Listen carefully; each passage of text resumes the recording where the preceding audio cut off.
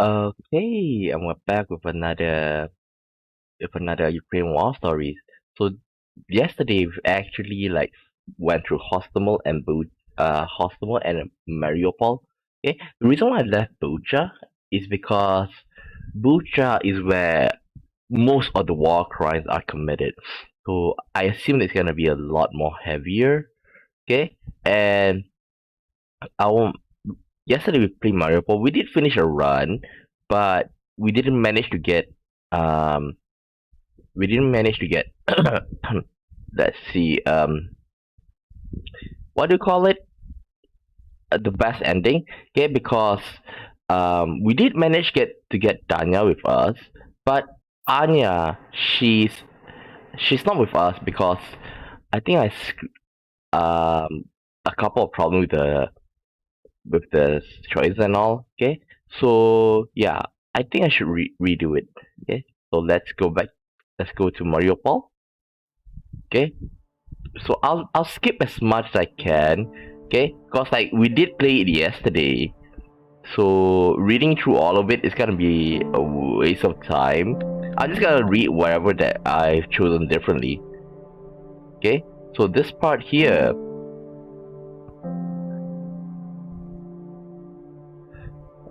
Now, last time we chose this, help with restocking, improve his mood.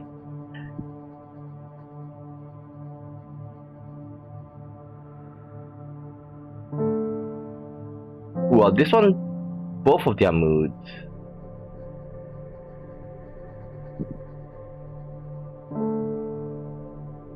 Reinforce the building. I gathered the rest of the ward and relay Victor's instruction. If we're going to do something well, we have to focus on one task at a time. I decided that we help to reinforce the hospital. We stripped the upper floors of equipment and got the territorial defense to share some setbacks. They went towards reinforcing the ground floor windows, instantly making the place feel safer. I didn't know how much it would help, but at the end of the day, nobody felt like the efforts had been wasted. Now, the thing that because it's based on real life events, okay, I don't think you even need to, put choices, because like, when you do that, it kind of takes away the real life aspect of it. Okay, so I would rather prefer it to just be, hey, you were just going to tell a story, okay, and like a visual novel, you don't actually need choices, okay, because well, that's a dating simulator, because like, you branch out to see which girl you're gonna get, okay, but this one here, you are trying to be as, if you want to be as faithful as possible, just tell it the way it is, okay. Because I assume that the people that we get, okay, so in this case Dima, he probably interviewed Dima, okay, and he tell, okay, what happened during the first day, this happened, the second day, okay, and by the time Mariupol is free, so like he will go through all of it. So seeing different endings, it kind of like not make it as, how should I say, as realistic. So Ole, I wonder if this was safe. Oh, put the boy in my office. Maybe ask for Anya for the cot.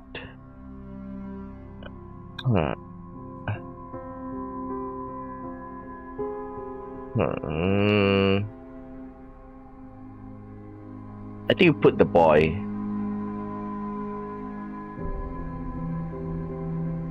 Okay, put the boy in our one, just as the same thing we did last time.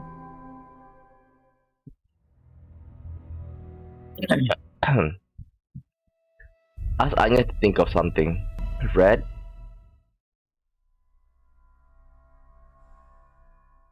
Okay, next. We're gonna.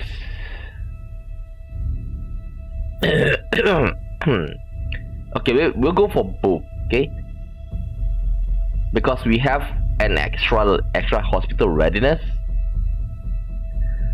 If neither can wait, we'll be operating on them both. The last time we did this is that hospital readiness was 0, so we lost here.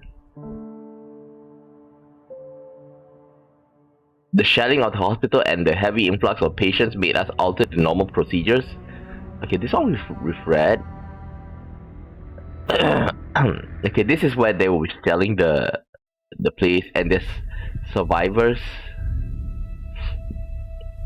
split up.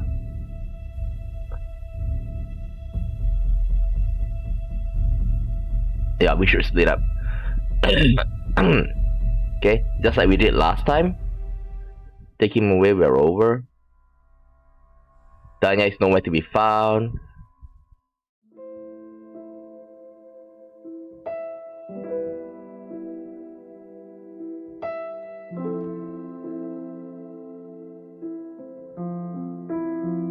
Wait, get help from Anya.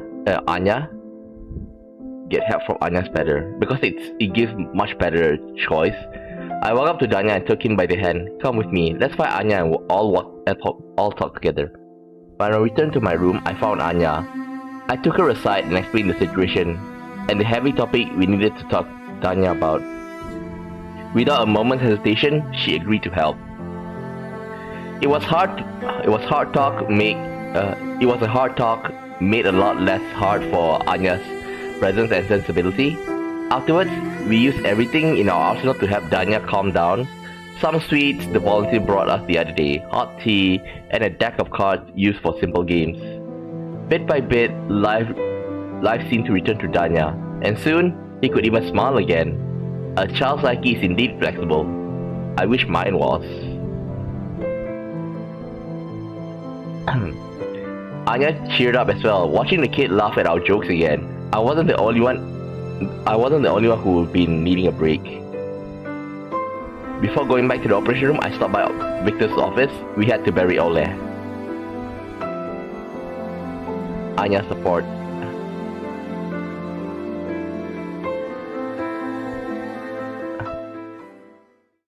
Okay, this one we've read. Wait. The day started with another shelling, and especially a heavy one. The city was surrounded and we were in the range of everything that Russian could fire at us. There were dozens of wounded coming in every hour, telling horrifying stories. Some had been hit inside their homes, some were trying to evacuate. Some were shot simply for being in the wrong place at the wrong time. We all worked 3 to 4 shifts that day, and we were still short on hands. For every patient we operated on, we lost 2. And of those whom we operated, only 3 out of 5 had survived. One case stood out to me. A young couple fell under fire while trying to evacuate. The girl only got necked and recovered well enough. Her boyfriend, however, I gave quite a fight, but there was nothing I could do in the end. Only note down the time of death. The girl wouldn't hear that though, no matter how Anya tried to get through to her. An hour later, the girl would still be there, sitting by the bunk, holding onto the hand sticking out under a white sheet. I don't think I ever needed a smoke more. That evening, Anya was awfully quiet. With how tired we usually were, she wasn't very talkative to begin with. But usually she could be comfortable in silence. We could be comfortable in silence. Not this time. I could feel it. Dima, can I ask you something? She lied down on her cot, looking up at me. Anything you want. Just... She looked away for a moment. Just stay alive, okay? I can't do this without you. Despite everything, we still have each other. Everything will be okay. I froze. We never really talked about our feelings that much. Never complicated things. I knew Anya felt for me, obviously, and I tried to make it known too, but today's episode put things to perspective. We were suddenly both accurately aware just how much we didn't want to lose each other. I'll do all I can, darling. We're all gonna make it. I promise you. I gave her a caring hug. Anya sighed and shifted a little, suddenly into my embrace. She was tense at first, but soon it was gone, and her breathing had evened out. She drifted off to sleep, and eventually I joined her. We still had each other, and we were all gonna make it.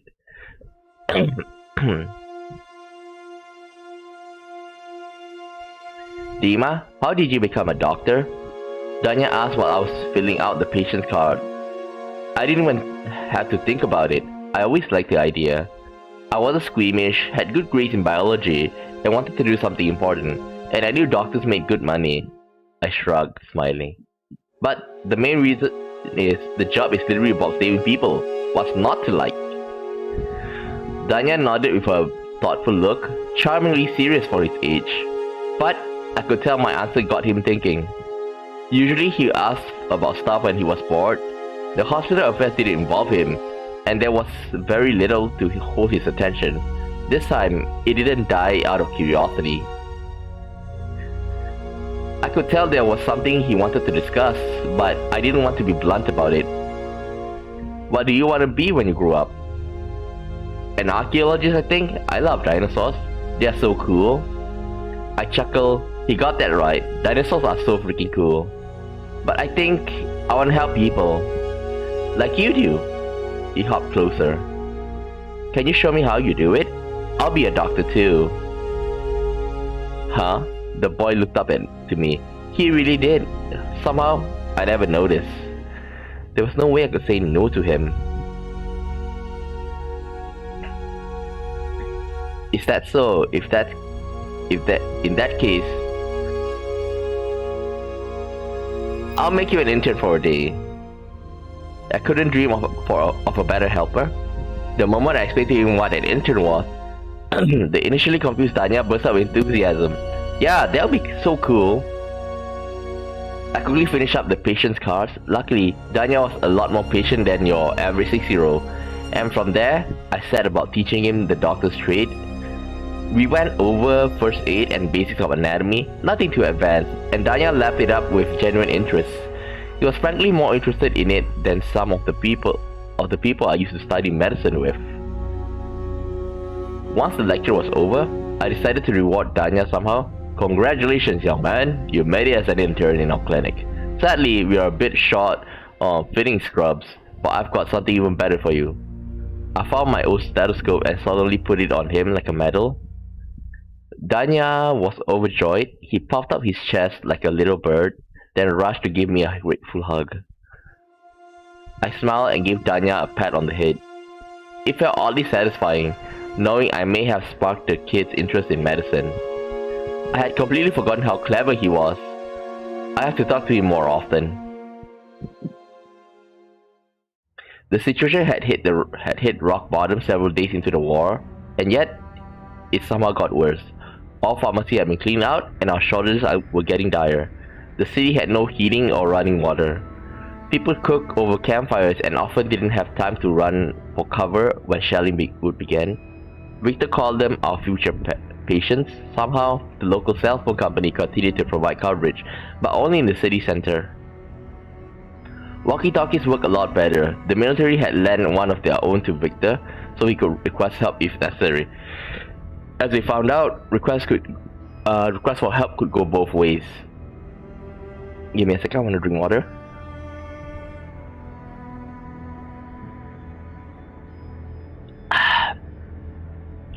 We need all you can give us. Bandages, homeostatics, painkillers. The voice on the other end wavered. If you can spare any. Over. Victor and I exchanged glances. The head of anesthesiology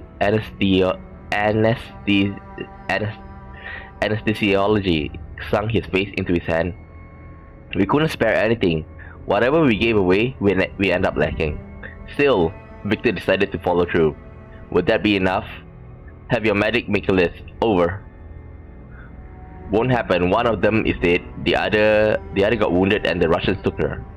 There was a moment of uneasy silence. Presumed dead as well. Over. Stay put. I'll contact you in 10 minutes. Out. Victor dismissed all the ward manager except for me. Then he looked me in the eye. Dima, I'm going to help those boys. You run the hospital while I'm gone. What? We operated on the edge of collapse. Without Victor's leadership, all would fall apart. Even if he was gone for a day. And if something happened to Victor out there, I knew he valued honesty, so I told him my concerns directly. Listen, Our Mariupol is ruined. The cities no longer exist. When our medicine ran out, the only sensible decision would be to evacuate. He gave me an unsettling look. But right now, our boys are dying up there. And I used to be a combat officer, so unless you have a better idea, damn, I admired him at that moment. But I knew he was exactly where he was needed the most. Here, without a doubt, I think the best choice is like to go himself. If Victor go, because Dima, even though that he's from how the story goes, Dima is without doubt is a smart guy and he has the potential to become a leader in the future. But if he take it now, I think that it's gonna be too much for him, and the pressure would just bring him down, and the hospital will not be able to work properly. So in a sense, I think it is better to let Dima to go. Okay. On some level, I knew he was right. The hospital was failing, and we could only do so much while holed up inside. But Victor wasn't the only talented surgeon here. Sure, Anya would be out of her mind with worry, and I wasn't enthusiastic about bullets either. But if a volunteer was needed, it could very well be me. Then again, the Marines would only requested medicine. Perhaps that would suffice. No, if we just give medicine, then it's just gonna be. If we just give medicine, probably like they will not hold. That's what I think. Volunteer to go. If our soldier needed a good medic, let it be me. Anya was out of her mind with worry, just as I thought. She was angry, then desperate, begging me not to go. If I had known back then how things would turn out, maybe I would have listened. The Marines met me and led me to their position in the city's east. It was so much worse than I thought. There were several dozens of wounded, most of whom were nonetheless on their feet fighting. My operating area was in the basement of an apartment block, where the wounded were lying on the floor, blown off limbs, dirty old bandages, and lots and lots of spilled brilliant green. That basement smelled like an old grave. The unit commander clued me in. We are planning to withdraw, but for that we need the wounded stable. The next destination, Azovstal. Hundreds of civilians already hiding there. Ought to be some medics as well. If I'm not wrong, Azovstal is the factory. Is the factory in Mariupol, steel plant maybe, and that's where they they manufacture like I would say weapons grade, but improvised weaponry. I spent the whole day cleaning the wounds, pulling the bullets, warped, high caliber, and broken scattered 545s alike. Several times, someone opened fire directly above us, sound of it thundering across the basement. It took all of my resolve not to be paralyzed by horror and keep working. I asked one of the soldiers if they had a combat vest to spare. They said that if there was a spare one around, it probably wouldn't have saved its previous owner. By the time I returned, I had a good deal more grey hair than before. So when Victor called me up, he promised to be brief. I think he understood everything just from my look. I certainly understood his long looks a lot better now. Victor looked into my eyes for a long time. In the end, we'll make the Russians pay for everything. But not now. It was the unsaid part. I nodded and he nodded back. For now, we work as before. But tonight, I'll start inquiring about evacuation. Kolya has a wife back home, so when he stopped showing up, I didn't blame him. I mean, the Russians were taking pot shots at us the whole time. The basket case. Alex was one of those who kept the mobile connection in the city alive. Most of his colleagues had left, and today he himself got shot in the arm. 4 weeks into the occupation, the solidarity of the earlier days was giving way to despair. Our patience spoke of looters, thieves, collaborators spotting targets for the Russian artillery. Our hospital functioned as before, in huge part thanks to Victor and his spirited leadership. But God, we were losing so many patients. Daily, hourly. The city was dead, and its citizens was scattering. I knew this would happen. That's why we had to keep the connection alive. Split people up, and his dog eat dog. He winced in pain, but when I reached for the painkiller, he waved my hand away. Save it for the women and kids. I know you're running out. I've seen the messages you people were sending. Just then, the door into the operating room opened. It was Anya. All done here? We've got a situation. I expected to be set upon the moment I walked out. I gotten used to it, even a little numb. Only so much misery can a human witness before it becomes routine. It was especially hard on Anya, though she did a good job hiding it. But in the hallway, I wasn't set apart. I just saw a lone woman with a tear-stained face sitting by the wall, dressed in ragged winter clothing, and holding a shifting bundle of bloody clothes in her arm, cooing over it as it wheezed in feeble voice. Oh no. Victor is busy with his own case. Told me to take care this to you, Anya whispered. It was a girl, barely 2 years old. A face pale like a ghost, racked with pain. Kids that age normally cry like mad, while she made quiet, pitiful noises. Something was making it hard for her to breathe. I approached and told the mother I would do a checkup. Looking at me with glassy eyes, she whimpered but didn't protest. She told me the child's name was Katya and that something fell nearby. She kept repeating the last part. Just as I thought, there are fragments. There were fragment wounds, a lot of them. After a few weeks in this hell, I knew exactly what it was that fell nearby. Bullets. Or shrapnel.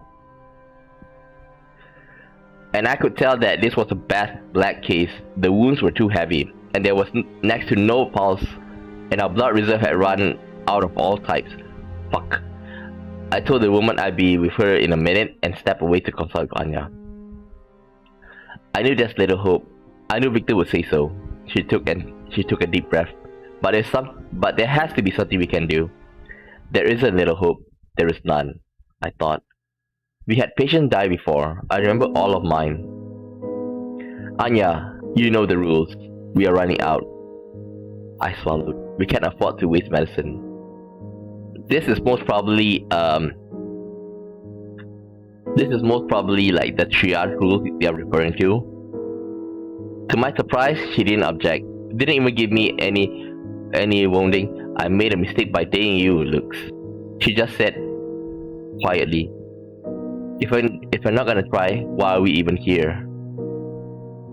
I could try and treat the girl, knowing that my efforts were doomed to start. I could do what Victor do, break the news to her mother, tell her this was the basket case, and move on. All that was left to do was administer painkillers. At the very least, I could make the call and accept the responsibility.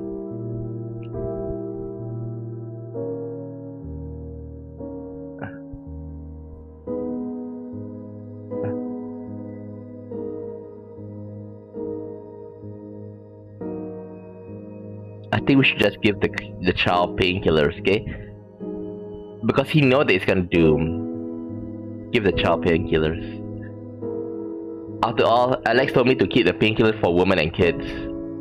I thought the mother would take some convincing, but what I was saying barely registered with her. I wasn't so lucky. I was completely aware of what was happening, and I wasn't gonna settle anyone with this decision.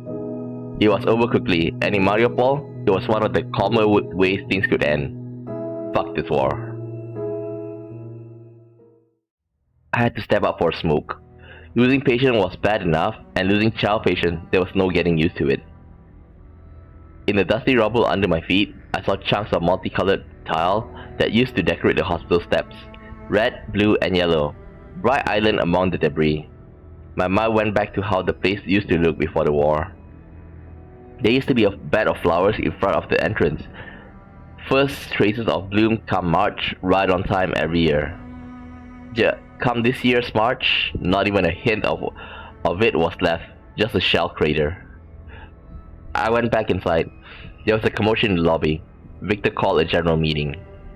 Most of the staff had gathered near Victor's office, where he announced his trademark commanding base. Our military report that Russians have taken the eastern outskirts of Mariupol. Our men are withdrawing towards the industrial districts. He paused, giving space to our dread-filled silence. Our building is badly damaged. We are running out of medicine, fuel, and even drinking water. The time has to come to admit our operations are no longer tenable. He sighed. If that's the case, I should have just taken the hospital to operate the kid. Oh man, because that hospital, like, my bad. I declare an evacuation of all personal patients who can be transported. First, we move to Bordeaux, then we'll try to reach the friendly territory. Objections? There were none. Victor simply stated out loud what was on everybody's mind. Be ready in 2 hours. In case of an emergency, we retreat to the volunteer center near the drama theater. The coordinates will be provided. Dismiss. Victor asked me and Anya to wait for a bit. I'll take the kids in my car, including that boy of yours, Danya. You two focus on keeping our patients stable, in case the road gets bumpy. The evacuation was ready in a couple of hours. All available transport was put to work, from ambulances to civilian cars. Danya wasn't a fan of riding separately, but I reassured him to the best of my ability. I trusted Victor to take care of him. Hell, in so much uncertainty, I didn't trust myself, but I trusted Victor. Our ambulance was at the tail of the column. We packed several patients in, including Alec, the mobile company technician I operated on earlier. He was still in pain, but taking it as well as I remember. We said our farewells to everyone and took off. The journey through the city was tense. Checkpoint after checkpoint, the Russian Kadrovites manning them kept ogling Anya. Thankfully, nothing came out of it in the end. On the last checkpoint out of the city, the Russians even wished us safe travel to Berdyansk. And once we passed, they opened fire. There was a series of distant pops, then bullets ripped through the ambulance. Blood splattered across the windshield. Our driver was killed on the spot. Anya screamed. The ambulance stopped, our dead driver slumping in his seat. The sedan next to us sped up, but got hit with a mortar shell. The explosion tossed it to the side of the road like a toy. Its right side was completely ruined. On the surviving part, I could clearly see a sign. Children. They bomb a car that's written children. My own shock passed quickly.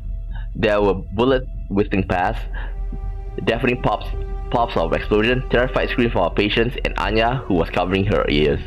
We had to escape, and fast. Okay. Let's go. I knew Anya was our only chance. She had to take over the driving. But for that, I had to bring her back to her senses. Anya, look at me. I shook her by the shoulders. Thankfully, it worked. Her eyes focused on me. She was terrified, but not in shock anymore. We can't stay here. Get us out. Dima can't drive. I pulled the driver off his seat. Anya squeezed herself into his place and floored the gas pedal. I couldn't see where the other cars in our column went, but Anya drove out between the buildings where we were harder to hit. We only stopped half an hour later. Anya held the steering wheel with a death grip. I could understand why. We didn't know if the Russians were gonna chase after us. They didn't. We quickly checked up on our patients. None were hit. We left the danger zone quickly enough. I turned my attention to Anya. She needed some time to stop shaking, but was otherwise unharmed. Our evacuation attempt had failed. All that was left to do was head to the rally point named by Victor, the volunteer center near the drama theater. We came to the closest place that makes sense, the volunteer center near the regional drama theater. A place to sit down, a plastic cup of tea, and a tiny greasy toast felt like royal treatment. Remember, they are weeks into the occupation, and, well, I won't say occupation. Because occupation refers to like Russians controlling the area. But you get the point, okay? It's weeks into the war, and drinking tea and toast. Yeah, it's definitely gonna feel like royal treatment. I think like during this time, most probably they are eating rations or like canned food or every day. Anya rested her feet a little while I asked around about Victor, and the volunteers directed us to the drama theater.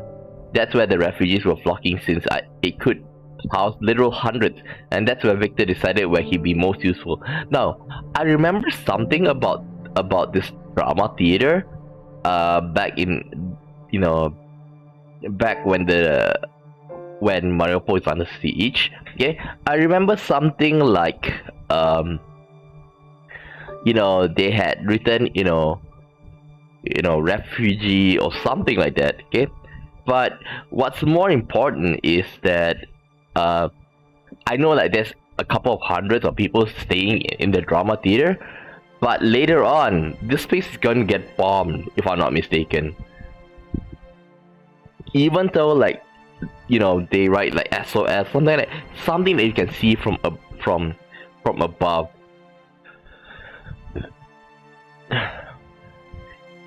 Only a few people were outside sitting on the stairs and under the walls. Most of them were smoking. Some were trying to catch phone connection in vain. Then I saw an imposing figure in a warm rescue jacket walk out of the building, holding a cup of steaming hot drink. Ha! Who do I see? Victor shouted merrily when he saw us, but then his face dropped. Without any question, he understood the broad strokes of what had happened. They shot at you. Anya whimpered but took hold of herself quickly. I just nodded. Fuck. He took a large swing of his scalding drink. It always startled me when he did that. Don't you worry, the military will make them pay, and we doctors have our own duty. It's good you two came, just in time to say goodbye to Danya. My heart sank, but Victor quickly reassured us. Danya was alive and well. He had been picked up by a group of volunteers who were going to evacuate the children. We came looking immediately, making our way through the rows of huddled refugees inside. Inside the drama theater, people were everywhere. There were probably only a few hundred people, hundred there, but it reminded me how huge my city was. But soon enough, I saw a dozen kids being gathered by some volunteers. Anya went to speak with them while I went looking for Danya.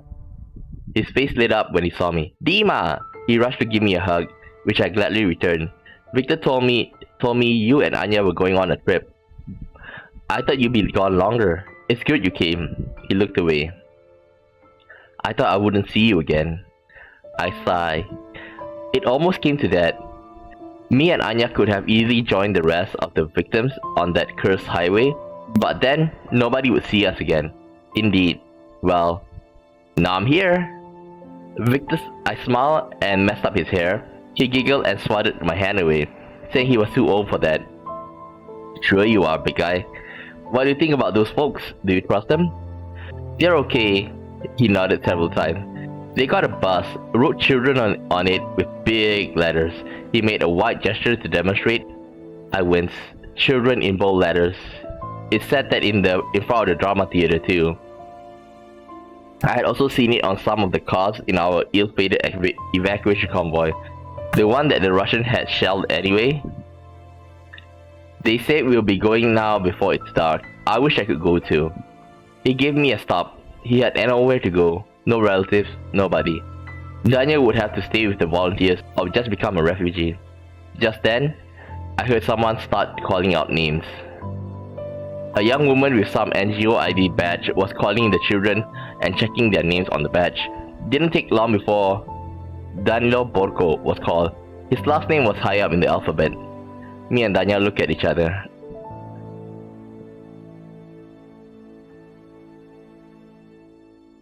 Ask Danya to stay with you.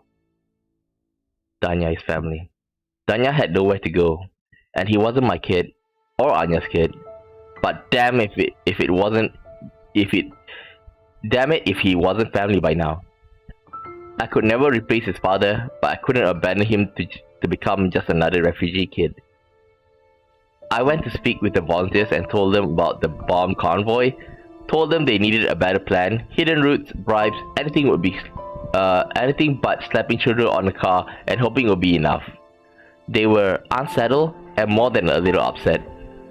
But they couldn't change their plan right before departure. They said they had to take the risk. Yeah, see? Like I say, I remember this one here. They had this thing. Okay? You can clearly see from the air. Probably mean like help or refugee or something like that. I forgot. And then later, this place was bombed. But when they started loading kids up onto their bus, Danya wasn't with them. We're all gonna make it. He gave me a small nudge on the thigh. I looked down and he stuck to attention and nodded, like a little soldier. His father must have thought him adorable. Brave little Danya had to be brave too, both for his and Anya's sake. I saluted him right back. The volunteer bus vanished in the distance, slowly driving around the debris. Me, Anya, and the rest of our former staff got to work, helping out where we could. We worked tirelessly. A few hours later, when Victor and I stepped out for a break, it was well earned. We walked off to the side. I brought my smokes, he brought his tea, and as usual, he gulped it down while steaming hot. How can you like that? You can't feel the taste when it's that hot. It's tree. You drink it to stay sharp. You want taste? Drink apple juice or fucking Burantino. I couldn't help but laugh, because he swore so brazenly, but also because Burantino was a Soviet brand soda, an ancient reference if I had ever heard one. Victor laughed too. Then we heard planes coming. We looked at each other, wide-eyed. Back inside, downstairs. Then a short whistle from above, a deep thud, the ringing pain in my ears, and a wave of hot air hitting us. Then a wave of hot grey ash. Danya is family. Yeah, see? It was the fact that the theater was bombed. I bolted back towards the theater. God, it was looking bad. And even worse, Anya was still inside. There were screams everywhere. People popped in and out of the clouds of dust, looking for their loved ones or simply escaping the carnage. I was among the few running inside. Anya! I called out for her without stopping. The stairways were filled with people, dirty, dusty, desperate, with terror on their faces. I don't know how much time I spent inside, looking for Anya. Eventually, I found myself on the stairs leading towards the main hall. There was a pit I had to jump over. There was a hole in the dome, shaped like a half moon. The stage below was covered in heavy debris. I couldn't breathe and my eyes were watering from the dust and smoke. There were bodies everywhere, the wriggling wounded and the unmoving dead. And no trace of Anya. Just then, I heard a voice. Hold it right here, like this. Be ready, he might scream quite a bit. I ran after the voice and saw Anya. Her jacket was torn and covered in dust. She had a fresh bruise on her cheek and her hair was a mess, but she was alive. She was trying to help a blood-covered man lying on the floor. I simply joined in. She merely glanced at me and we started working together. Now that we knew we were both alive, we had a duty to our patients. I was in awe at her spirit. In the last few weeks, I saw people break without seeing half of what she had seen. She was made of iron, but had a touch of empathy and understanding that I often lacked. It made her a great doctor, a terrific human being. One I could see myself spending the rest of my life with. Once we had helped everyone we could, I would tell her as much. That evening, we returned to the volunteer center nearby, completely exhausted. I kept looking at Anya and replaying the day's events in my head, recalling how I ran around looking for her and how much I wanted to make sure she was alive. Once we were alone in the room downstairs, I gave her a gentle hug. Finally, proposed to Anya. I started from afar. I needed to master the courage first. Today was tough. How are you holding up? Anya was tense at first, but soon relaxed. Holding up okay. And the odd part is, when did you get used to all of this? She sighed. Ignore me. I'm just worried. And what comes next? She hugged me closer, sinking into me for comfort. And it suddenly hit it with all fullness how dear to my heart she was. Despite all suffering, hunger, cold, and the terrible, terrible strain, Anya stood by me this whole time. Every moment was brighter because she was there for me. We'll get out of this alive. You hear me? We will. I took a deep breath, let go of Anya, and stepped down onto one knee. I never been so sure about anything in my entire life. I don't know what comes next, but I know one thing. I don't ever want to lose you. Not now, not ever. Anya, will you marry me? I froze. Me and Anya had been together for a few years now, but I always sidestepped the question of us two getting serious. And now it was me who wanted it, truly wanted it. All I could tell, I made the right call. Oh my god, Dima. Yes, of course yes. It felt so light, so immensely fulfilled. Back on my feet, I drew Anya into a hug. We had no rings, no gowns, no flowers for the bride, but one day we would. I knew it. Proposed to Anya. Kala Buddha Volunteer Center didn't stay unnoticed for too long. It fell under fire the very next day after the drama theater hit, and we had to move again. Me and Anya, the rest, watched the smoking ruin, thinking, knowing this was it, we weren't going to help. We weren't going to help anybody else. Give me a second.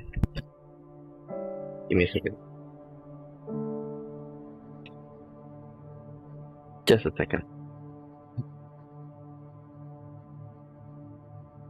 Okay. As usual, Victor was the first one to come around. Always a rock in the storm. Had to be, with a life like this. And he wasn't gonna take an easy way out even now. People are flocking toward Azov style. There's bunkers there, built to survive a nuke. Perhaps they'll need a doctor there. I didn't ask if anybody wanted to join him. The rest of you, bail. You are the next generation, the future. You lot should leave and save yourself. Part of me thought abandoning him would be cowardice. Another part of me begrudgingly agreed. Next day, we caught a message on the radio, barely audible through the interference. There was going to be a green corridor out of Mariupol, an evacuation. I shuddered remembering our previous attempt. I didn't want a repeat. This was our last chance. My city was gone either way, turned into a mass grave by the Russians. I gave it some thought and decided to...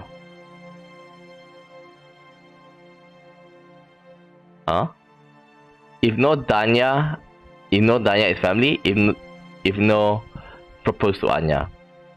If no Danya is family, and if no propose to Anya. Requires Danya is family, only if no propose to Anya.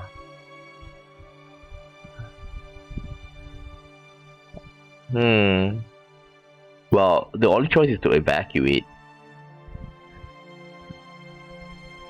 I think this is the best one. I have people to take care now. Requires Danya as family, requires propose to Anya. In the end, I had at least two major reasons to try and leave Mariupol. Anya and Danya. We were a family now, and we weren't gonna split. Leaving Mariupol felt strange, the shellings, the dead, and the constant fear. I almost gotten used to my city's new disfigured face. I'd almost forgotten life outside even existed. I could tell Anya felt that way too. Only Danya seemed to be glad to leave the nightmare behind. He was a resilient kid, but also he didn't have the same bond with Mariupol we the adults had. At the checkpoint, they kept us waiting for hours. They checked our phones, cleared of anything compromising beforehand, made us strip, checked for patriotic tattoos or telltale bruises of weapon use. A man before us had Ukrainian coat of arms tattoo on his shoulder. The Russians took him away. We never saw him again. After we passed the checkpoint, me and Anya tensed up, wondering if the Russians were going to shell us again. They didn't. We had passed about 3 dozen checkpoints before we reached friendly territory, the city of Zaporizhia. Only then, we could really breathe out. The war continued. The future was hazy at best. But we were together, and we were alive. During those terrible months in 2022, there were many heroes in Mariupol, and not all of them carried rifles. One of those heroes was Dima. True to his oath, he put others before himself, and every step of the way. He was brave, determined, and resourceful. And if he was tired, he never let anybody see it. They never learned his name, nor remember his face. There were dozens, if not hundreds, who owed him their lives. Dima didn't do all he could, he did more. The Russo-Ukrainian war had been going on for 8 years, and in that time, Mariupol had already been attacked before. If I'm not wrong, Mariupol is like to the southern part, close to Crimea. Okay, and it started 8 years ago because Russia took Crimea in 2014. So that's the Russo-Ukrainian War. This novel, however, focuses on the events of 2022 Russian invasion of Ukraine. And while it's generally considered to have begun around 5 a.m. February 24, after Vladimir Putin declared of the special military operation, Mariupol heard the first volley more than an hour earlier. The siege of Mariupol lasted 2 months, 3 weeks, and 5 days. The Russians captured the city at the price of 95% of its buildings and the destruction of Azov-style steel plant. During this time, the city saw massive indiscriminate shelling, air raids, and civilian targets, and a humanitarian disaster with the likely death toll of tens of thousands. At the same time, there was the fierce resistance of the city's defenders, including the Ukrainian naval infantry and the Azov regiment. I don't really like the Azov regiment. It turns out they are neo-Nazis there. Okay, but Ukrainian naval infantry, like I remember, if I'm not wrong, there's an island, a small island called Snake's Island. Okay, and when I heard, this is quite early on in the war, that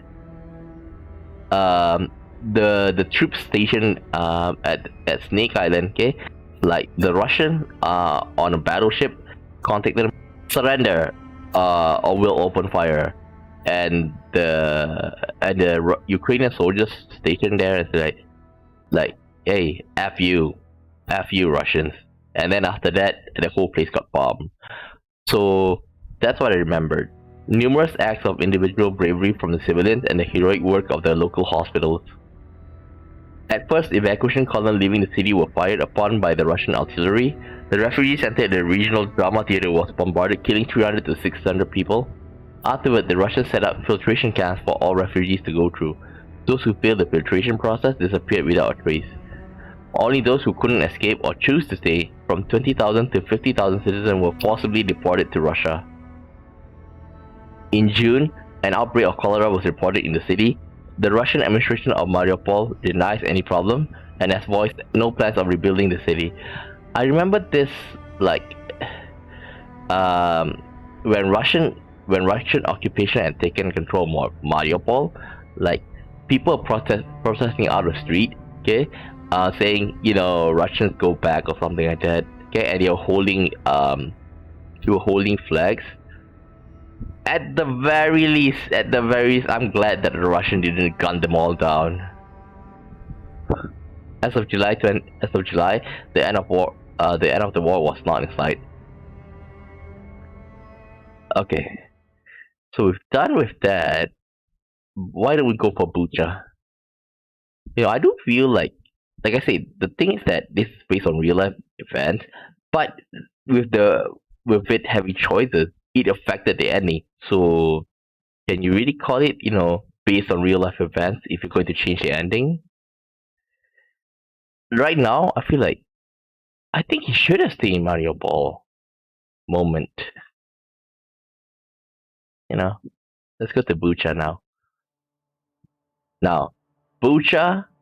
Why I leave Bucha for the last, even though it's the second? Bucha is a place that seen a lot of war crimes. Okay, it was one of the earliest part of It was one of the earliest part that was occupied by the Russians. Okay, and the night, like the most memorable one was when journalists finally got into Bucha, and like I've mentioned this in yesterday's stream, that I would say like dead bodies lie on the side of the road, left and right. Okay, and they were tied up. Okay, people got hand tied behind their backs and shot. And like, if I'm not wrong, this is where they found mass graves. Give me a second, let me drink water.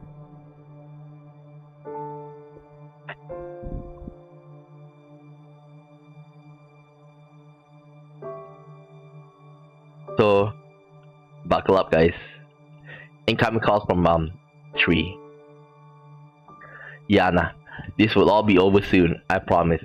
Mom kept telling me and Vika that for the last few hours. First in Kiev, when we woke up to the sirens, and now a 2-hour drive in Bucha. Vika, are you sure they won't manage without you? Vika pleaded, giving Mom a hug. The last in a long time, I thought. I was so proud when Mom joined the Kiev territorial defense just a few months ago, but I was also worried sick. Maybe I've seen these two on TV, on the news. Honey, I have to go back. They'll need qualified doctors there, and we can't just let Russians have the city, can we? It's the sad part of being an adult. Mom smiled. Yarik, sad part of having neighbors like that, I grumble. Mom, do you have to go alone? I could help. I could carry ammo at least. Mom sighed and shook her head. Yarik, this isn't a game. I was being serious though. Katya will take care. Katya. It's a common name. I was thinking about the girl in Dima's run, the 2-year-old child. Katya will take care of you in the meantime, and I will call you every time I can, so keep the phone close by. We all share a big hug. Vika couldn't hold back tears, and I managed somehow. I was the man of the house now, even if nobody else recognized it. Before leaving, Mom just stood there and looked at us for a long time. She tried to smile so I wouldn't notice her lips quivering. I always notice things like that, but I kept silent. Vika told her she'd take care of me, and I said I'll take care of Vika. Mom laughed through her tears and said Katya would take care of both of us, and then she was speeding away back to Kiev. Well, it's just us and Katya now. You ready to be babysat? I smiled. Me and Vika didn't always agree, but we were equally confused at the prospect of staying with Katya. She was Mom's local friend, but we didn't know her all that much. She was alright, I guess. Kind, friendly, loved children, or so she said. I was 15 and Vika 2 years my senior. We didn't need a babysitter. I think you need... I didn't tell Mom that though. She seemed to be having a hard enough time already. I didn't want to make her even more upset. That was our dad's job, even after they divorced. So, is the father gonna come into the story? Katerina. Vika, Yarik, I'm so glad your mom brought you here. We'll all be safe together. Katya put us into a tight hug when she showed up, and gave me and Vika a smooch on the forehead each. I tried to avoid mine, but failed. The rest of the day we spent following the news. Russian airborne repel in Hostomel. Roadblocks on the way to Kiev. President Zelensky addresses the nation. Russian forces sighted in Chernobyl exclusion zone. I remember this case. So during this time, there were reports that they saw tanks going nearby the Chernobyl zone, and like there are rumors of fighting. Not, at least the good thing is that there's no artillery being shot. At Chernobyl. Like they mentioned something like the Russians tried to take control of Chernobyl because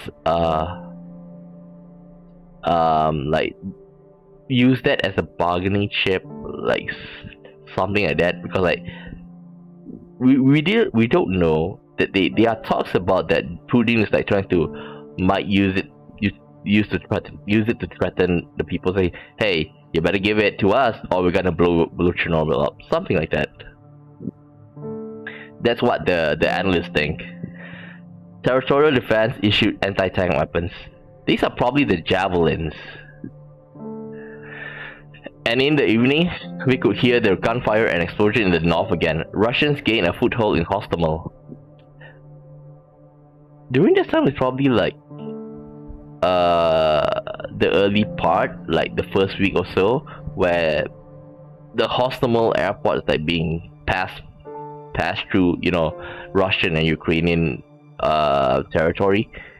Okay, the popping and cracking of explosion was so loud it felt like a stray shell might as well land on us.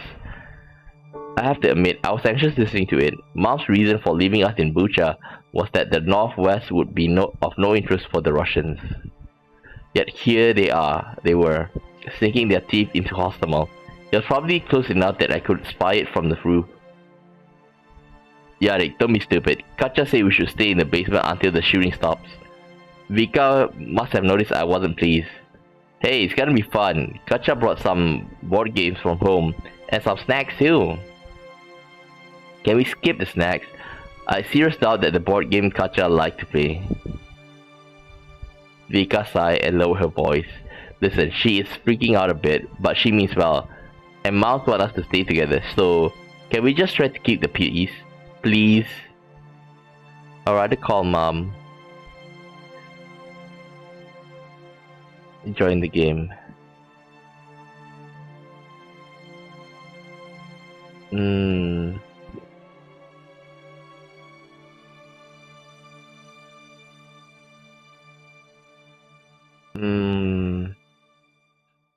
Okay, let's see.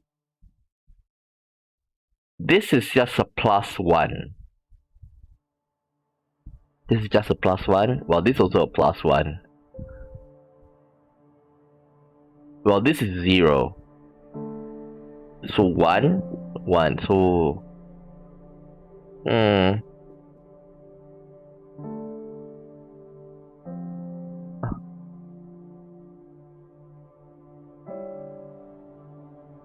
I think better just call Mom. I was part of my excuse to call Mom. I had to stay upstairs, and since I'm alone, who would be there to check if the call was over or not? Vika wasn't impressed, I could tell, but she was the dutiful one. This one should take care of what? This one should take one for the team. Yarek, how are you, my baby boy? I winced and asked Mom not to call me that, but as we spoke, she did it again once or twice. I told her there was shooting in Hostomel, but we were probably safe. She was glad. In Kiev, things were a lot more tense. It turned out the Russians brought saboteurs and recon teams to the city before the invasion. There was now street fighting in some neighborhoods. Guns were being handed out by a truckload. I felt helpless. There was my mom, getting ready for a sleepless night of fighting, alone, except for the unit she was attached to. I could hear muffled gunfire through the phone. It was distant, but as long as my mom was in Kiev, it was still too close. I sighed. Mom, we're gonna be okay. You watch yourself out there, alright? I got a feeling that the mom may not survive. You know, just reading through all of this. I promise, baby boy. Tell Katja and your sister I said hi. After I went back downstairs, I did. The first day of war was coming to a close, but the fighting outside only got harder. Still, we got through one day. How much worse could it get? We were all going to make it. Incoming call. Woo! 5. I always love war movies and video games, where the characters were fearless, fought against all kinds of adversity, and always won. Of course. Even if they died, it was only after completing the mission, fulfilling their duty. The real war was different. It was all distant explosions, air raid sirens, constant fear, and armored vehicle outside our window to remind us that people were dying only a few kilometers from our house. And this was the so-called rear. The Russians weren't even hitting us directly yet. I tried not to think about how our soldier on the front line must have felt. My mom was among them. This war wasn't an adventure anymore. Now, during this time, if I'm not mistaken, like, Russia had a convoy, you know, like a 40 kilometer convoy, if I'm not mistaken, stretching out, you know, from the highway, trying to enter, you know, going to Kiev, easy to say. Now, but the funny thing about that is that, of course, it's intimidating, but it seems like they got stuck. So, the funny thing is that that convoy was stuck, and after that, like, the drones actually bombed it, if I'm not mistaken, and like the people had to, the Russian soldiers had to flee, if I'm not mistaken. That day, Katya decided to go out into the city and to look for something. She said she was only leaving for a little while, but then she was gone for almost 2 hours. I could tell Vika was worried, but she tried not to show it. She always did that, just like our mom. And I could always tell it was just an act. By now, me and Vika had gotten a lot friendlier than before. We used to argue a lot, but not so much now. I suppose we were both too scared for our lives to get hung up on the little things. Too bad mom couldn't see us. Maybe it would help a bit, knowing we behave ourselves. Katya came back in a hurry, swinging the door wide open, then shutting it loudly behind her. Her face was white as snow. Vika dashed towards her. Katya, what happened? What took you so long? She paused and she noticed Katya's state. Are you okay? Yes, I just need a minute. Her voice was shaking. Katya took a deep breath, then looked at me dead in the eye. The Russians are in the city. I saw soldiers shooting back at them. Me and Vika froze. The wall was suddenly much closer to us. Our boys are holding off for now, but the Russians have so many tanks. I saw them. They were firing at the houses. We quickly got up, looking around. I watched her pace around the room, and I really wanted to help calm her down, but I just couldn't see how. I was afraid too. Vika looked as lost as I did. Katya got an idea first. She went to the minibar and got a bottle of wine from it. After some hesitation, she took it from the kitchen.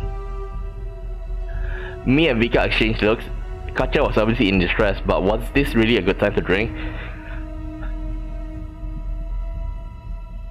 Vika's mood.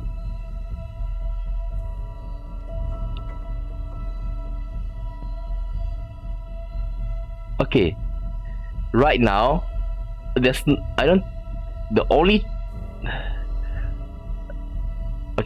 Vika's mood +0. Katrina mood -1. So Katya is gonna die if we do this.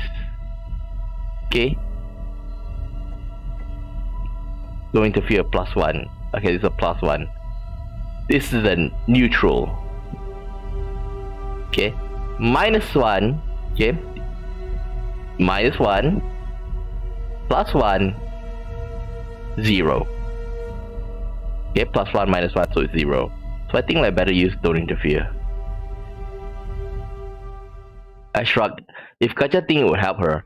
Vika paused her lip but said nothing. She was always the prim and proper one, always tried to stay in Mom Good's graces. One more reason we often didn't get along. She always sided with adults when they were displeased with me. After all, I was a little boy. I didn't know better. It's like she was just trying to rile me up sometimes. So frankly, I didn't mind what Katya was doing. I said from the very beginning, we didn't need a babysitter. We would have managed on our own, but Mom wanted to hear none of it. Katya turned out to be fun though. I guess people call it young at heart. She was more like a friend than a babysitter. The three of us sort of just living together, and we all felt much safer because of it. And it was becoming pretty obvious that Katya was handling the situation even worse than we were. Probably because like she knew the responsibility. The incoming call from Mom. 8. I felt awful about Mom. She wouldn't tell me how things were in Kiev, and she tried to seem calm and confident, but I could see right through her. The whole Kiev region was getting dangerous too. Mom couldn't come pick us up. The Russians had almost cut us off, and they fired upon any civilian car they saw. Since February 24, nobody was ever going to be safe. I was the man of the house. I had to be there for Vika and Katja. But who will be there for Mom? Constant worrying made every day longer than the previous one. Katja didn't drink since the last time, but she talked. She talked a lot, to me, to Vika, to herself. I felt so sorry for her, but I couldn't help her. She talked to me with a blank look, and one day she started talking about how we were running out of food. Running out of food. With tears in her eyes, she gathered us before the front door. I will go get us some more food from my house. Okay, it will only be a minute.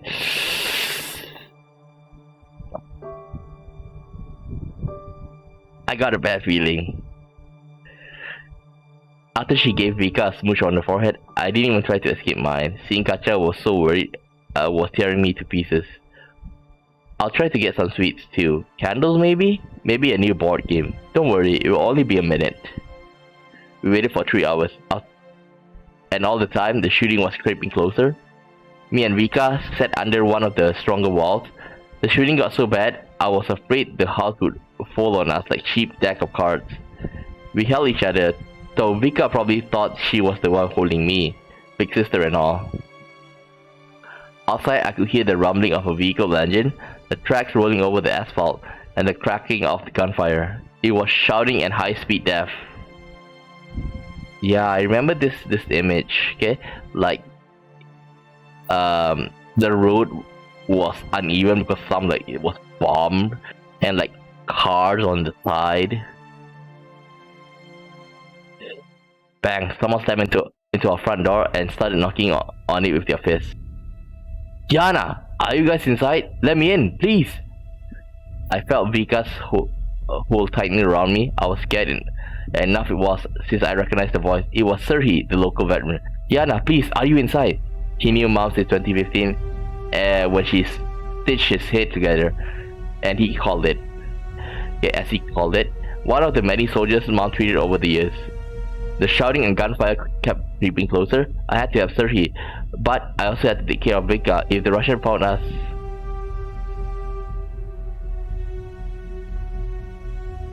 Okay, let him in. I quickly opened the door. Serhi stumbled inside. His left sleeve was bloodied. He was shaking from cold and adrenaline. Between his gasping, ragged breath, he was letting out steam like a chimney. We barely had time to take him to the basement and hide him under old trash when the door to our house flew open. Our lobby filled up the Russian soldiers, swarthy and bearded ones, Kadrovites. They didn't carry themselves like military. Most even had their fingers on the triggers. It made the situation all the more terrifying. The commander spoke to me in a gravely voice with a thick accent. Hello? Is anybody else in this house?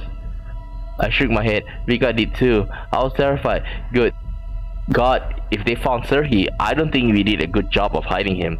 But we were lucky. The soldiers seemed to be in a hurry, and barely searched the house. They took our phones though, and Vika stepped up, and most of our food. But they left after all, and they didn't find Serhi. Thanks, kids, he said when Vika brought him water. Okay, his voice was raspy and coarse. When you call your mom, tell her she's an amazing woman. Raise you like fucking lions. Vika gasping at his language. He covered his mouth and he grinned. Hey, weren't you staying at Katja Oleshko? He did not like the news when we told him. Damn, you don't have phones right now, right? Your mom would be worried sick. Since we gave them the phone. Well, it's not like gave, they confiscated it. He told us that his territorial defense unit was all but destroyed. Nobody expected an attack from the north.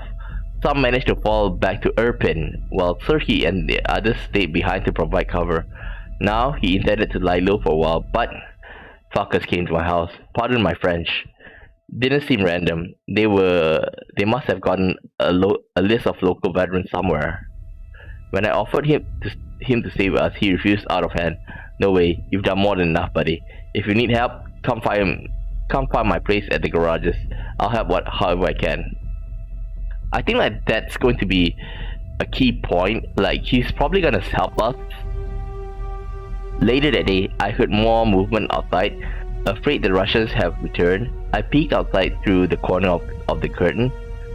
In the twilight, I could make out at least 24 armed figures. A short, stocky man with them, in warm black pants and an expensive winter jacket. We've been through this one already, just some kids shitting themselves in fear. Who do you say lives here? I cursed silently. The stocky man, I knew who exactly it was. It was Alexander Hursky. He was pretty infamous around town, a formerly deputy at the parliament. He worshipped Russia and had an ego the size of the moon. But I never expected this. Give me a second.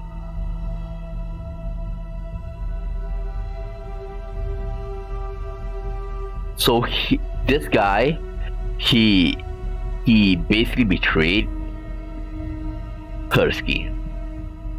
Some no-name doctor forgot about it. The stocky man waved his hand, then clapped his hand. Come on, we've got more Nazis to chase down. I know all their addresses. In Sergei's help. Missed call from Mom. 12. It's been several days since the Russian entered Bucha. Katya still... I told you. Time slowed to a crawl. I kept feeling like Katya was going to open the front door, and walk in and tell us something reassuring. Some good news worth waiting for. The door wouldn't open though. But maybe that was a good thing, considering the noises coming from the street. You think she died? Well, I don't think they're gonna kill them. I think they're gonna do... You know. Every day there was shooting outside. Sometimes we heard someone crying or screaming in the distance, and more vehicles marked with the white Z pass our house every day. But their passing wasn't as scary when they stopped. It meant they wanted something, and they could come inside our house to get it. The sort of things that would worry me before seem stupid now. Grades, arguing with Vika, Mom being mad at me. I was such a child. I wouldn't mind rolling back the time being a child again. But Katya was missing. I had to do something. Her house was on the neighboring street, barely 2-minute walk. But Vika hated the idea. Yarek, don't even think about it. It's dangerous over there. I rolled my eyes. Vika, the city is occupied by the Russians. It's dangerous everywhere, and Katya was supposed to be coming back here forever ago. What if she needs help? House is the first place to look. Then I'll go. Vika grabbed my backpack strap. You stay home. They say on the news that Russians are killing all men they can find. And they will rape all the girls they can find too. You'll be taking a risk too. Didn't you know what happened to girls during war? Vika shuddered. She didn't let go of the strap though. Why does she always treat me like a child? We all go together. It's better, like, all of these are neutral, but I think like it's better to go together. It's safer together. If we're both so worried about each other, let's go together. We feel safer. If something happens, we'll be able to count on each other. After some hesitation, Vika agreed. Okay, let's do it like that. She smiled a little. When did you learn to compromise? This is an emergency. We can keep on arguing when the war ends. Our bravado was gone the moment we stepped outside. The city seemed deserted. No cars, no passerbys, only heaps of trash, debris, and houses with their doors bashed in. It felt like we were stuck in some post-apocalypse movie. We counted 8 bodies by the time we reached Katya's house. All men, all with gunshot wounds. This wasn't supposed to happen to civilians. I could understand dying to a stray shell or during a bombing, but these people didn't look like they were in the wrong place at the wrong time. The hands were tied behind their back. Okay, so this is what I was referring to. Okay, like they got shot like this. The sight of Katya's house stopped us dead in our tracks. The door was broken down. We slowly peeked inside. The house was ravaged. Furniture turned over. The chandelier shattered. Even the fridge was on the floor. The floor was littered with broken glass, discarded food packs, empty bottles, and dirty boot prints. And Katya was like, middle of it all. It took me a moment to process what I was seeing. Vika hugged me and looked away, while I just stood there, taking deep breath and trying to calm us both down. Katya was without clothes, battered, covered in bruises, looking up at the ceiling with wide open, unseeing eyes. There was a lot of dark blood, old and dried by now, a large pool of it under Katya's head, and nearby, I saw a pistol shell casing. We walked in her haze. We came back completely lost, but at least we still had each other. It lessened the impact a little bit. Still, the evening we didn't talk again. Missed calls from Mom, 26. It's been several days since we found about Katya. The situation in the city remained the same, though there were fewer shots to be heard. But we could still hear loud explosions in the distance. Our only reminder that somewhere out there, our army was still fighting the invasion. There was no electricity, no heating, and we had no way to reach Mom on the phone. And March was cold this year. We kept our winter jackets on. Neither of us could cook over the fire, and if we could, we still have no firewood. We ended up mostly eating packaged food. Not getting any news was tough on us. We lived in a vacuum and knew nothing about the world beyond Bucha. Where was the front line now? Would the NATO states intervene? And when would we finally be free again? I couldn't stop thinking about Mom. Only now, I could really understand how much she mattered, and how much our brief calls used to help. I gave anything I had to hear Mom's voice again. I wonder how things were for her. She must have been out of her mind with worry. Deep inside, I felt guilt, because I didn't call enough, didn't reassure her, didn't behave as well as I could. I didn't value her enough. One morning, me and Vika were woken up by noises coming from the street. We could hear the engines roaring, orders being given, and muffled chatter of some soldiers. We didn't risk approaching windows, but I heard the Russians mention rotation several times. And that very day's evening, our door was smashed open. 3 Russian soldiers entered the house. Me and Vika jumped to our feet, staring at them. The Russians scanned the building, then turned to us. They were armed. One of them, the Sergeant Insignia, was leering at Vika. "Hello, we're here to inspect this house." He looked around. "Does anybody else live here? Any adults?"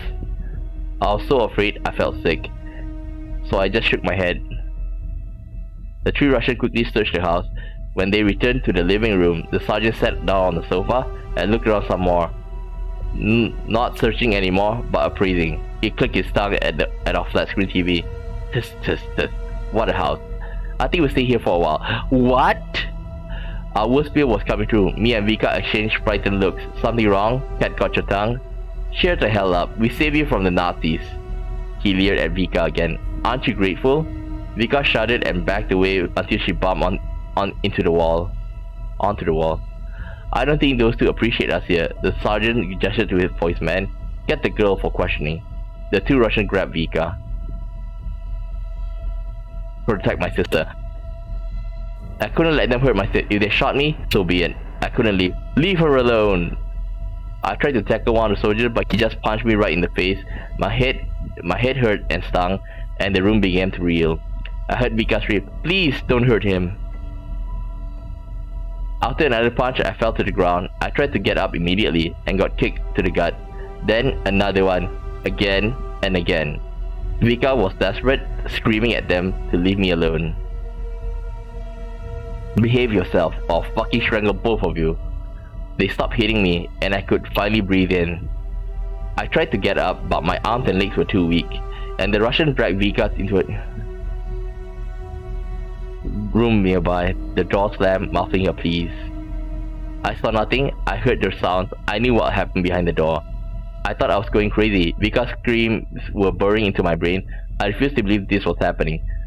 Stuck in the far corner, I covered my ears and sat whimpering, trying to ignore the sounds coming from the room. Eventually, Vika went quiet. I could only hear her crying. Then, I couldn't even hear that. I don't know how long it lasted. By the time the door opened again, I wasn't thinking clearly. The Russians ignored me as they went around the house, grabbing whatever they liked. "Sergeant, maybe we'll take the girl to the headquarters, so we don't have to walk all the way here again." The sergeant shrugged. "Fine by me. We'll put her with the rest of the camp's followers." The Russians laughed. One of them went back to the bedroom and brought out Vika. She was unconscious. They left, they took Vika away from me. I couldn't hold back tears any longer.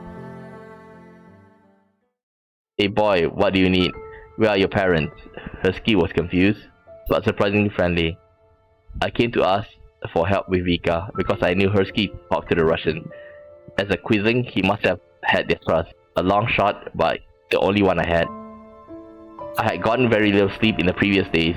An hour here, an hour there. Only because I was too exhausted. Because by looking for things I could do, realizing how helpless I was. I wanted to see Mom. I wanted to hug her and never let her go.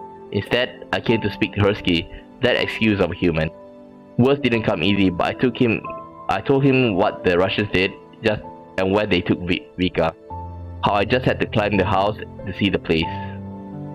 Damn it, he bit his lip and looked around. I don't know what he was afraid of. Wasn't he working with the Russian? You freeze out to death out here. Come on, you'll choke inside. He got me a warm blanket and put out a kettle. The town still had no electricity, but he had a generator, and the Russian let him keep some gas for it. He asked me for my story again and wanted to know every detail, but not to help me, as it turned out. This doesn't add up. The Russian army is only here for the nationalists. Besides, a Russian soldier wouldn't hurt a child. Are you sure they didn't take your sister in for questioning? Questioning for what? I wanted to throw up. I know what I saw, I said, squeezing my face. Stupid bastard, looking at me in the eye and saying things like that. They had their way with her, and they took her with them. And they're doing God knows what to her over there. But Russians are like that, not Americans. See, now they would. Have you seen what Americans did to Iraq? I wanted to scream. Every second I wasted with him, Vika was suffering, but had to persevere. The Russian wouldn't keep her for long, and they would not escape unpunished. Meanwhile, Husky continued. A Russian officer's honor, you can't even begin to understand. You are too young. They won't move a hair on your sister's head. Burn in hell. Yes, they will. I want my sister back. And if they are such nice people, why are they holding her? I needed to convince him somehow, and quickly.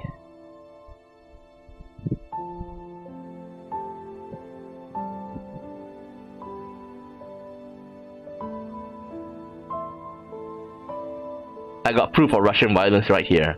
A Russian officer's honor? How about this? I lifted up my shirt and showed Husky my stomach, all blue and sickly yellow with bruises. Who do you think did this? He was gently thrown. Oh my, who did that to you? I could not believe my ears. The Russians did! I've been telling you for the last hour or so. His eyes glazed over and we sat in silence for a while. I know an officer, a new one. After rotation, I will talk to him. Invite him for some drinks tonight, he shrugged. Maybe when they are in a good mood. I'm sure this was a misunderstanding. I didn't want to believe he spent as long as I did in occupied Bucha, yet stayed so ignorant. But as long as he was going to speak to the Russians, my visit wasn't useless. I'd be a fool to trust Husky's word though. Instead of going home, I set up in a ruined house across the street. I needed to see the meeting happen. Very soon, Husky went somewhere and returned accompanied by several soldiers. He invited them in, then made a funny face when they didn't bother wiping their boots on the doormat. Perhaps if he himself lied down, they'll be more willing. I left my hiding spot, skulked closer to the house for a better view. The soldier he invited set up in the kitchen, and Husky brought out the glasses and a bottle of russet drink. Yep, it's still there. Later I'll open it back up again. Oh come on, I heard clumsy footsteps. Oh come on, I heard clumsy footsteps indoors, my ears ringing. Fuck, did anybody catch where he got the booze from? One of the drawers, right? I backed away from the window, then through the ruined fence. Then I ran. He got shot? Yep. Fuck, did anybody catch where he got the booze from? One of the drawers, right? This one. I backed away from the window, then through the ruined fence. Then I ran.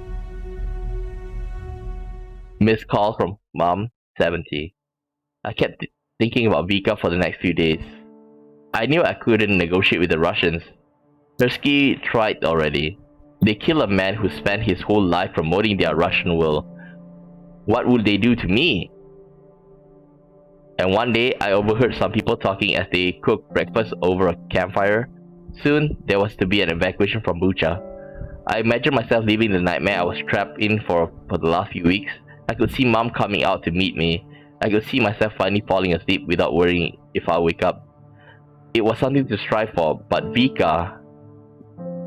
He wanted to be a grown-up, Rick. He is your grown-up, and nobody to ask for guidance. I was getting swamped by memories of Vika, helping me with homework, supporting me when we found out Mom and Dad had divorced, always caring, always kind. What was I supposed to do?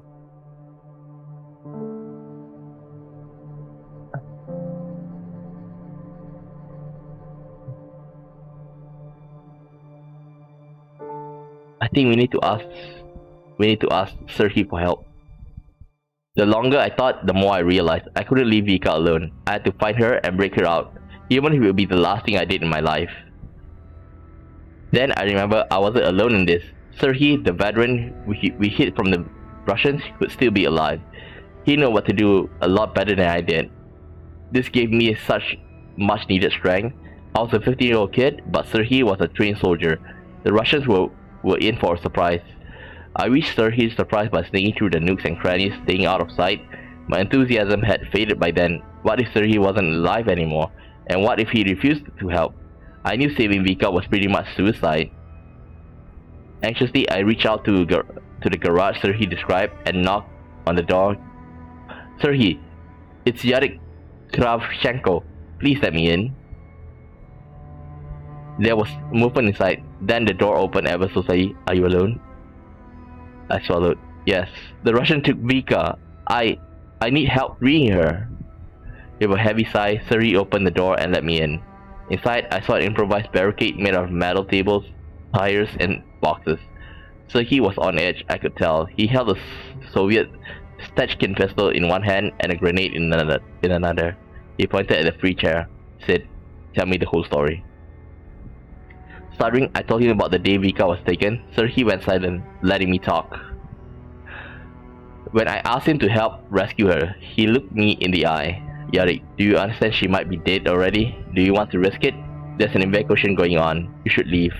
That way your mom won't have to bury both of her children. I knew he was right. Our chances were slim, but I couldn't leave without at least trying. If this was your sister, would you have left? Could you live with it? He mulled it over for a long time and finally nodded. Fine. Can you shoot? I nodded, unsure. I've been to fire range a couple of times. They had to count, right? After some hesitation, Sergei gave me an unloaded Makarov. Here's what we'll do. It took us a couple of days of watching the Russians HQ to come up with a plan. We knew which house Vika was held in and how many Russians were guarding it. We just needed a plan to distract them. Luckily, Sergei had some ideas. When everything was ready, we decided to act. The night was moonless. Lucky for us, I hid myself to the Russians HQ in the shadow behind the overflowing trash containers. Sergei was supposed to draw out the Russians so that I could sneak in and free Vika. A car engine started somewhere in the dark. Sergei began his distraction. Two soldiers walked out of the house. Shots rang out and they fell. Someone inside the house started shouting. The Russians poured out into the street. One of them dropped dead immediately. The rest dispersed and took cover. They were firing in every direction. This was my time to act. I quickly reached the back entrance of the house and got inside. I went room by room, clutching the Makarov in my sweaty hands, searching for my sister. Outside, the gunfire continued. When I finally found her, I wanted to scream with joy. There, Vika was, upright on the bed, pale, exhausted but alive. She just stared at me. Yarek, is that you? Vika, we're leaving. Without waiting, I grabbed her by the hand and took off. We got outside the way I came in. I just hope that everything works fine. Okay. A Russian showed up from behind the corner and took aim immediately, but before I could react, a gunshot. It was Serhi. Run! Get out of here! And run we did. I heard Serhi's handgun off a few more times, then a burst from an assault rifle and silence, then a loud bang. I remember Serhi had a grenade on him, and I thanked him for everything. We dipped into an alleyway and came face to face with another Russian soldier. He was startled but managed to grab Vika as she ran. She screamed. I tackled him to the ground immediately. Vika, go! Thank God she listened, because I wasn't going anywhere now. When I tried to get up, the Russian pulled me back down and pushed me to the ground. The last thing I remember was Vika's silhouette vanishing into the distance. Then, a hit across the back of my head and darkness. Missed call from Mom, 120. I woke up, my eyes hurt at first, but I could hear and smell things again. And the place I was in smelled terrible, like sweat, vomit, and human waste. I opened my eyes to look around. Bad idea. It was a dirty mattress inside a dark, cramped room with no windows. The only light source was a dim light bulb over a heavy metal door. And I wasn't the only one in the room. There were 10 men in total here, different ages and clothing, some in camouflage, some in jeans, some even in tracksuits. It felt completely random gathering of people, but they all had something in common. They were all beat up. Some were unmoving, others talked quietly among themselves. Nobody noticed me. I tried to sit up. My head was spinning at first, but ultimately, I think I wasn't as hurt as I thought. I wanted to ask if anybody knew where we were. When the door creaked open, 2 Russians walked in. They bought a man in bloody shirt with them and threw him on the floor. They didn't move. Only his ragged, raspy voice breathing indicated that he was still alive. Meanwhile, the soldiers grabbed another prisoner, a gaunt middle-aged man, dragged him towards the exit. He didn't resist. I think he knew it was futile. The door closed with a metal clang. A few minutes later, there was already screaming from behind it. Sometimes it was broken up by loud swearing and muffled sounds of punching. The realization made me sweat. The Russians detained me in one of their basements. After 8 years of war, everybody knew what a Russian basement was. A torture chamber. Russian parties in Donbass put everyone they didn't like in those basements, from political activists to uncooperative civilians. And sometimes it was just a way to force someone to part with his business. All kinds of things happened in those basements. Torture, humiliations, execution. And now, I found myself in the basement too. I shuddered from every yelp coming from behind the door. Eventually they got quieter and quieter. Soon, there was no sound at all. At least for a while. There, a deafening bang. A point-blank gunshot. I was thinking, the guy who came before me was beaten to a pulp, then finished off. This couldn't be happening. Not in the 21st century. Then, the door opened again. And now, the Russians were looking at me. They grabbed me, dragged me towards the exit. I was paralyzed with fear. I never felt sheer terror like that in my life. I was too scared to fight back. And what could I do against armed soldiers?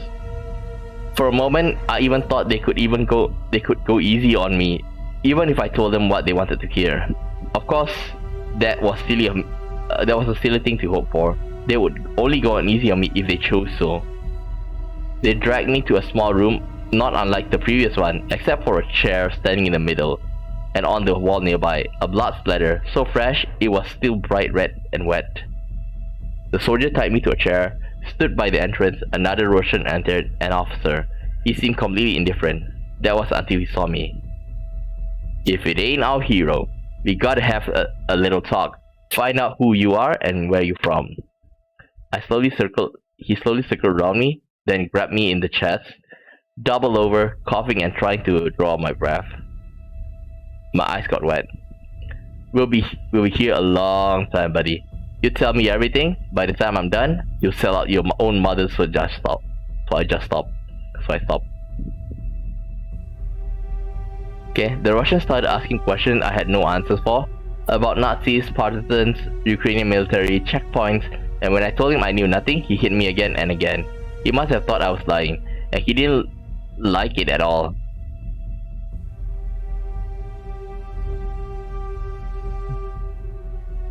Him and him, tell the Russian to go fuck himself. I held up for some time, but with every new hit, my resolve faded. Then, instead of using his fist, the Russian took a metal rod. 2 crushed fingers was all I could take. I talked. But I didn't tell Russians what he wanted to hear. I remember Vika, I remember Katya, I remember those Russians have done to us. I sent the interrogators the way of the Russian warship. No more questions after that, but they couldn't silence me either. I talked about their mothers, their children, their government, and them and their way of life. It felt good despite all the pain, but then I had nothing to lose. I don't know how long it lasted, but it felt like forever. I lost consciousness several times, but they wake me up by dumping cold water over me. Then it started all over again. I felt like bleeding mincemeat. The pain had got so bad, eventually I checked out and couldn't hear the questions anymore. When I lost consciousness again, they dragged me back to the cell. I woke up on the same dirty mattress as before, but now the mattress felt like home. I was convinced that basement would be the last thing I would ever see. I was wrong. 154. The back on my head smelled like rust. It was damp on the side, and my head was coming apart. There used to be warm tickle down my temple and the side of my neck, but it's long since dried up. I couldn't stop shaking. Some hero I turned out to be. Back in the basement, the Russians came in and put everyone on their feet. They blindfolded us with scotch tape and told us to move. Up the stairs, into the yard, towards the rumbling engine of a truck. They were putting us on a truck. That's when my legs gave out. I couldn't walk. I knew how this was going to end. I've heard the stories. Either they drive us forward as their meat shields or ship us to Belarus as prisoners. Or someone nearby started pleading, "Don't do this. You don't have to do this. I didn't do anything. You don't have to do this." I wish they put speech mark here. They didn't have to do any of it, but they chose to, so I told myself I wouldn't beg. I was the man of the house, I wouldn't beg, but my legs gave out all the same. The Russians threw me in a truck anyway, and someone fell on top of me, and all I could smell was sweat and rust and vomit. I was choking back tears. My mind went to Bucha, and I just hoped she was alright, even if I failed to do so enough. I was in a haze when the truck finally stopped. They pulled us to the ground like we were weights. My arm exploded with pain, but it was dull. If I cracked a bone, it barely registered. Get up and walk. Oh no. Is he gonna be brought to and shot? This place is the makeshift grave. However, I was too slow. I got prod or kicked for it. We didn't even walk for too long. Eventually, they put us on our knees. Then we heard shovels. Someone among us spat on the ground. End of the line. Someone next to me gulped loudly. Someone else swore under his breath, cursing the Russian. Someone with a calm old man's voice started to pray. I expected to be more begging, more tears, and a deep part of me was glad there wasn't. But I think the adults simply knew too well how this is going to end. I'm not sure I knew. I wasn't an adult yet. I just really didn't want to die. That's when the sound of shoveling stopped. No. No. No.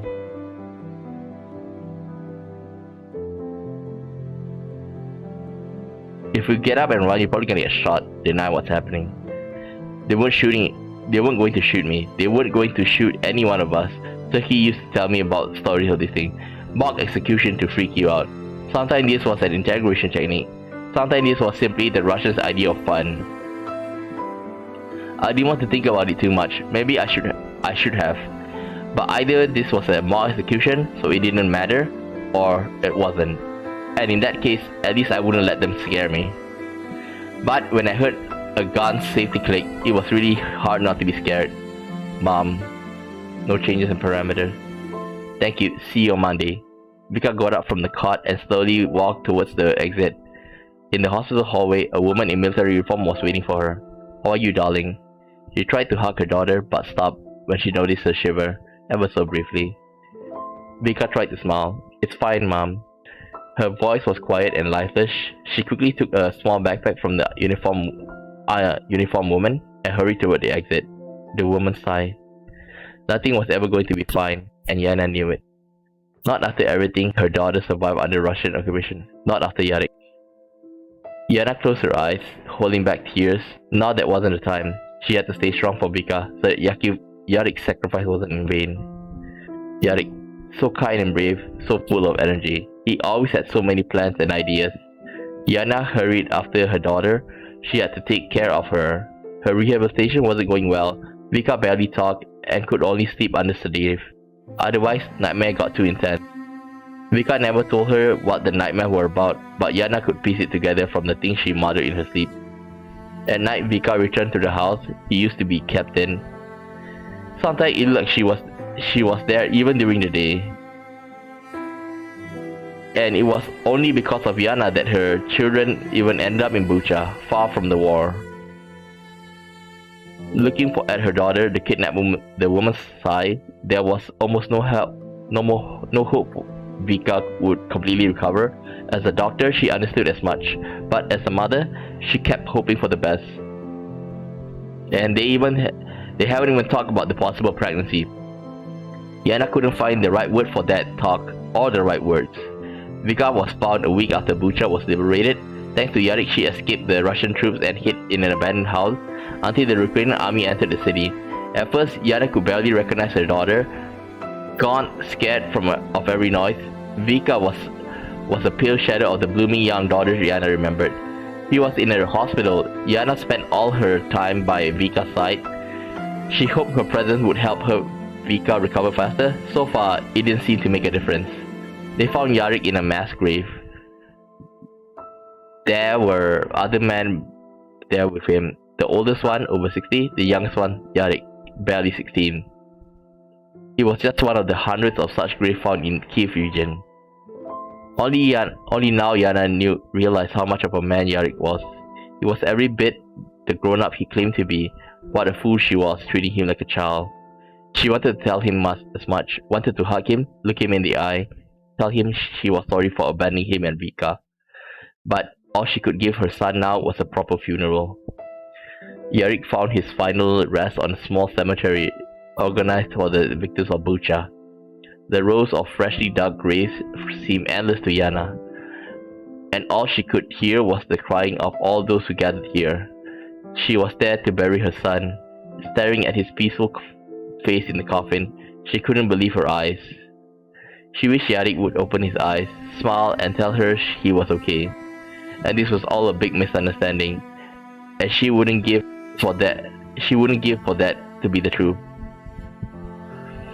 Vika stood next to her, couldn't stop sobbing. Whatever Yana told her, she kept blaming herself. She always looked after him, even if they argued as children do. Yarek's death was a heavier blow to her than everything she suffered at the hands of the Russians. At first, Vika refused to eat because of it. Only Yana's peace made her relent. If she starved herself out of grief, Yarek's sacrifice would be meaningless. Yana gave her daughter a tight hug. There used to be 3 of them, Yana, Vika, Yarek. Together against the world, now there was only 2. Maybe one day they would get used to it, unlikely as that seemed. Bucha was the first town hit by Russian troops when the Russian invasion of Ukraine began on February 24th. After a week of fighting, Russians captured Bucha on March 5th and were only beaten back on March 31st. What took place during the Russian occupation is now considered a genocide. As of June 412, death had been confirmed, buried in mass graves, or left in the streets. According to local authorities, more than 85% of the victims died from gunshot wounds, suggesting the killings were deliberate and intentional. Crimes committed against civilian population included summary execution, torture, looting, rape. Evidence suggests that children were not spared. So I think that this is maybe like the canon ending. Bucha became emblematic of the Russian occupation. It is far from the only town where the genocide took place. As of June, on the Russian-occupied territories of Ukraine, including the cities of Kherson and Mariupol, violence continues unabated. The end of the war was not in sight.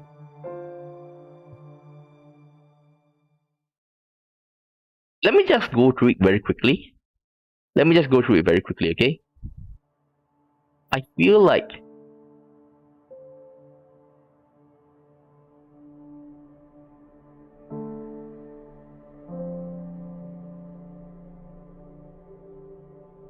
I wonder if I don't think we can save Katriana. Let's rather call mom. Okay, let's go as fast as possible. This one here.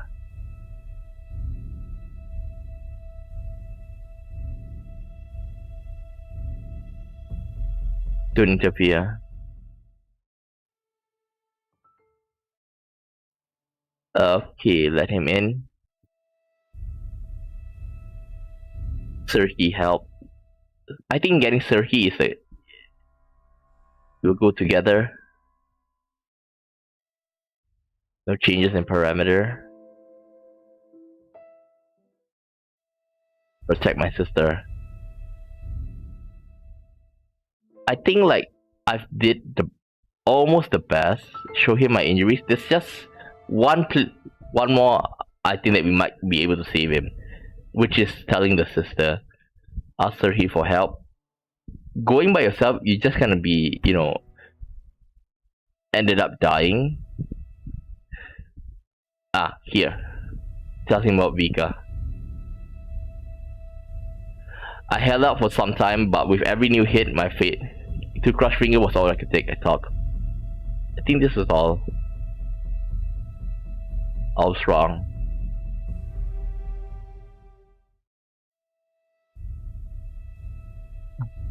The bag on my head felt like rust. Okay, this was. We've read this.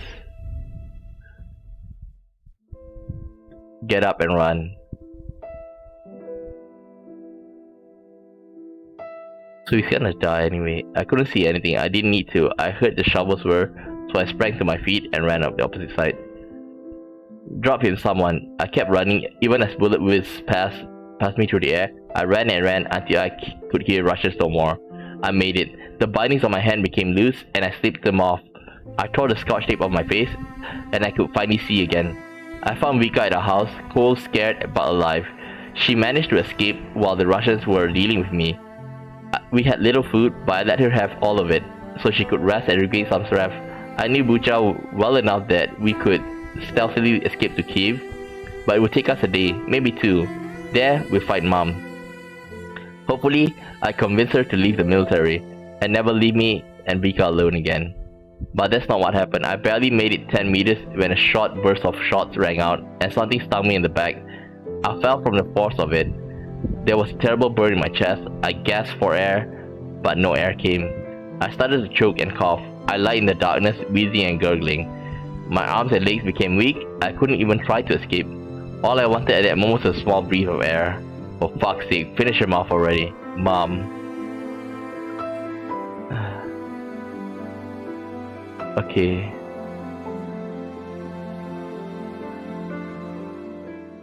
Yeah. I think like there's no way to save him. He's gonna die. That's why I left Bucha for last, because I know it's gonna be a terrible ending with all the reports. Okay, like for even though like there's a lot of towns, a lot of places that were attacked. Okay, but Bucha was to a point like um they even call it a genocide. That's why I know that Bucha is gonna be, very depressing. And Hostomel, like Hostomel is the most. I wouldn't say. I don't want to like reduce their pain, but since Hostomel like keep on passing, occupation. Well, first, whoever control Hostomel, okay, Russians, Ukrainian, they keep on passing by. So like, at the very least, they are safe. But Bucha was silent for quite some time. So that's why I know that the Russian took control of it, okay, and they had a firm grip on it until end of March. Mariupol, well, at first people were. I remember Mariupol where like they are trying to fill it with sandbags, okay, and of course the Mariupol lasted for quite a while, but after the drama theater bombing, um things start to get worse. Okay, And I'm not saying that the city is totally lost, but it's never gonna be the same. Yeah, I try to keep myself up to date, but now it's a bit hard because I don't know the geography as much. But okay, this is just gonna be my hope. Okay, like there's no way for the war to end right now. Um, the I'm gonna say things that are gonna make Ukrainians hate me, but now be- it's best to like surrender, the states. I won't say surrender. I would say like free the states, free the area that they control. So like, okay, we don't mind giving up the states, but I want them to be set up as free in like their own country, those block. Okay, so if that's because the Russians say that they want to liberate them, okay, fine. You want to liberate them, make them a free state. Okay, there is neither controlled by the Ukrainian or the Russians. Okay, because like if and now you're probably thinking what you want to let go of all of that. Okay, are you on the Russian side? I'm just thinking that how long is this gonna go on? Okay, like yeah, without a doubt, Russians are still winning. I mean, the Ukrainians are winning right now. Okay, but I would like those people who are thinking that um those people who think that Ukrainians have a fighting chance. I just wanted to remind you that Russians, they have one hand tied behind their back, which is their dominant hand. And I think all of you know what that means, right? I'll just fill it out. They have nukes. Now, without a doubt, I don't want to see an inch of land, given away. But if we continue this, sooner or later, they're like they're gonna be forced to a point that they have to use it. Okay, and when that happens, like think about Chernobyl, but even worse. Maybe, like if I'm not mistaken, Ukraine still have a couple of nuclear reactors. Chernobyl is one of them. So there's no there's no there's no like happy ending for both sides. Okay, because Russians did lose a lot of their military, but what's worse is definitely Ukrainian because the civilians go through all of this. Like if you think like, hey, we want to take back those the areas that have been controlled by Russia, every single inch. I just want to ask, how long is we if we don't end it, we're not only gonna get it's not gonna end here. There's gonna be continuation. And how long? How many more cities is enough? So I hope that the people who like think we should fight to the end. It's easy for people to say, but when nukes come flying, I don't think there's you know I don't think anybody wants that. So I hope that people will think about a peace solution sooner or later, even if you have to give something up. But I don't think that the Russians uh, are happy with all that transpired. Okay, so yeah, people might hate me for saying that, but I just don't want to see any more people suffering. Okay, so yeah, that's it for Ukraine war stories. Okay, um, it's quite fun. Well, I won't say fun. Insightful would be a better word. Okay, so it was quite insightful, and you know how it goes. So Tomorrow, hmm, I'm not sure about tomorrow. Like, I can go back to this war of mine. Hmm. Okay. What about I play? That's a game that I bought, and it was released on the same day as Ukrainian War Stories. Okay, it's really a bit jump because I was playing this war of mine, and then after that Ukraine War Stories. Jumping to this next game is like totally like 180 in terms of how should I say this um of tone, but I want to play Potionomics. Okay, it's a shop management game, and it looks very fun. Okay, I already bought it, and I'm planning to play it now. There might be a chance of me playing Swarm Mines. Like I'll think about it by tonight.